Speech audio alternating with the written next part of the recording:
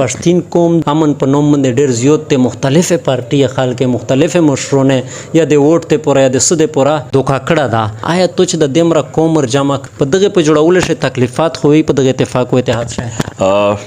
یو واقعا روی در شو لاغه درته وایو 2013 کې پېښور کې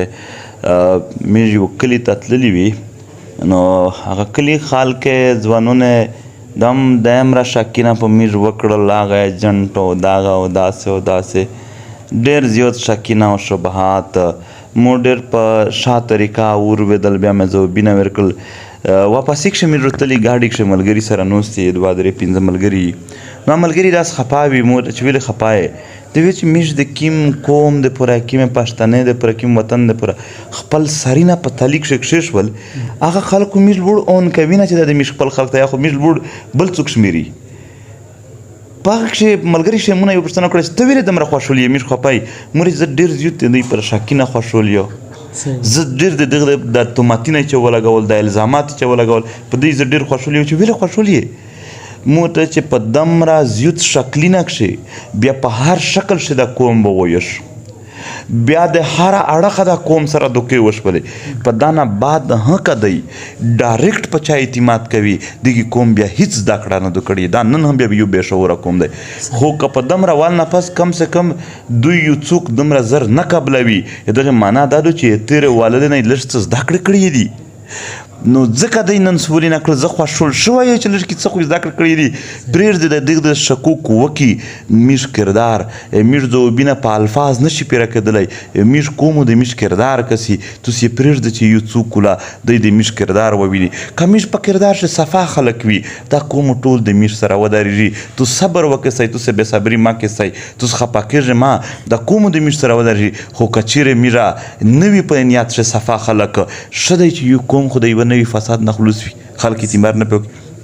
تو ځه پته شته یو څوک له پاس نن دغې خلک کلي خلک ټول په پی ټي ایم شو د انتهایي کلاک د میش سره ویلوړ دي داسې مو د یوه کلي مثال درکړم د قوم وطن شي نن انتهایي زیوته پروپیګنډا تو ته پته شته میږو چې کوم ښار ته تللي پیږي ښار شو که خلک یعنې د طالب نه ډېر تنګ و یا د مذهبي شدت پسندۍ نه تنګ و نو د مو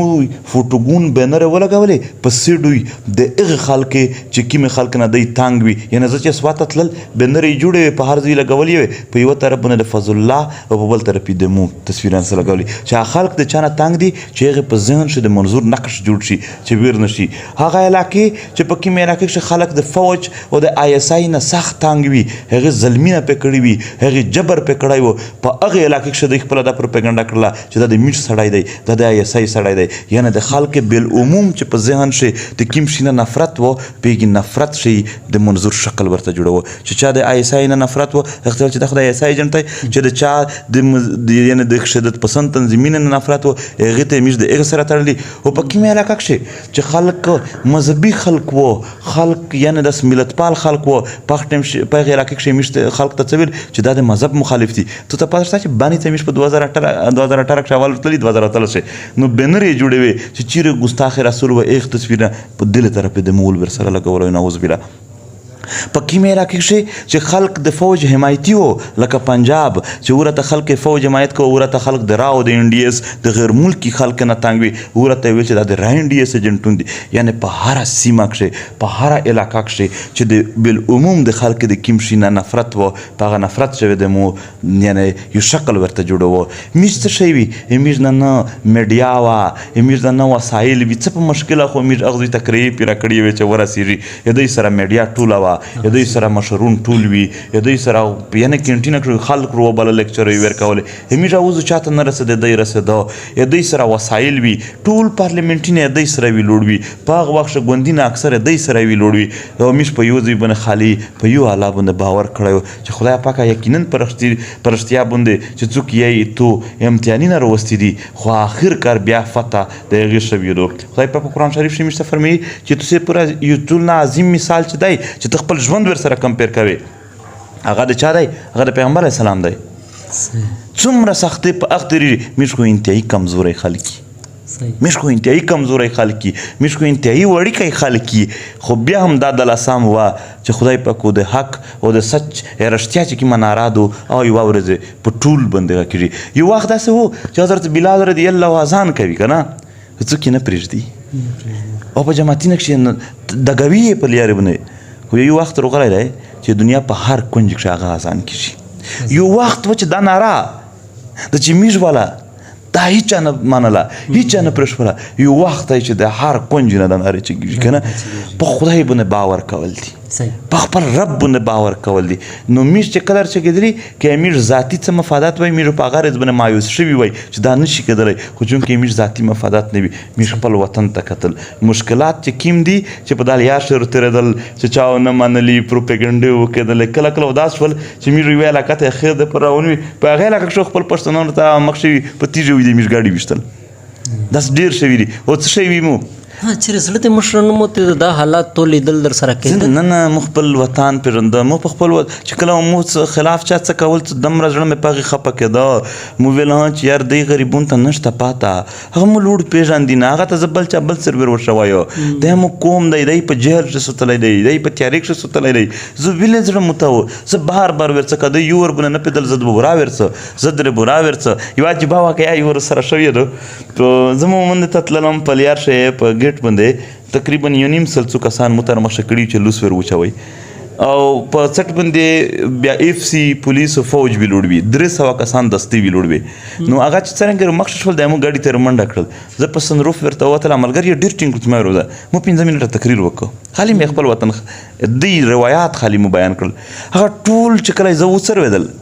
کني په مخ یو چې میږه تو سره یي په 1.5 سل تقریبا 50-60 کسان وویل چې میږ نه دی طرف ته یې توس ملګرتیا هم د مجبورۍ د وجې نشي کړی. هغه نور ویل چې میږ در سره یې څه کول دي، نور چې سره یې د په 300 صفینه ورنوتل دي او تېرېدل دي. هغه ته چې ورنوتل نو دوی زیات وي بار بار دوی په څټ کړي، میږ بیا زور کو دوی په څټ کړي، ډېر تشدد په ملګري وشو. خو بهرحال دغه هغه زور خو زیات و، هغه میږ وخت نه رسېدلي هغه دوی ته. خو البته هغه د عوام خبره ده که چې مو زړه نه متده زه چې دوی کله تیږه وختې زه وروتلم مو چې دی مو خلق دی دا مو زه چې خالي د پښتو ژبه باندې ورته وډاګره دی پوهېږي. خو نن هغه علاقه هغه ټول خلک په PTM شه دی. خالي زه دا درته وایم چې که هر څوک هم مزاحمت کړي یو خبره خالي رښتینې خبره راوخلستی نور یې په خدای پرېږدستی، توس خپله منډې وایستی. تو ویل چې خلکو راټولول شو خامخا مشکلات پېښ شوي وي، مشکلات هم پېښ شوي دي. خو بیا دا هم درته وایم چې کوم خلکو راغلی څه دی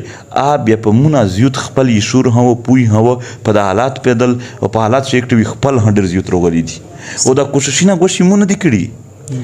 دا په مختلف شکلونه کښې شوي دي. ډېر داسې خلک ته چې ډایرکټ د PTM نه دی وخستی، یو قومي مشر دی خو چې کومه خبره یې څه کړه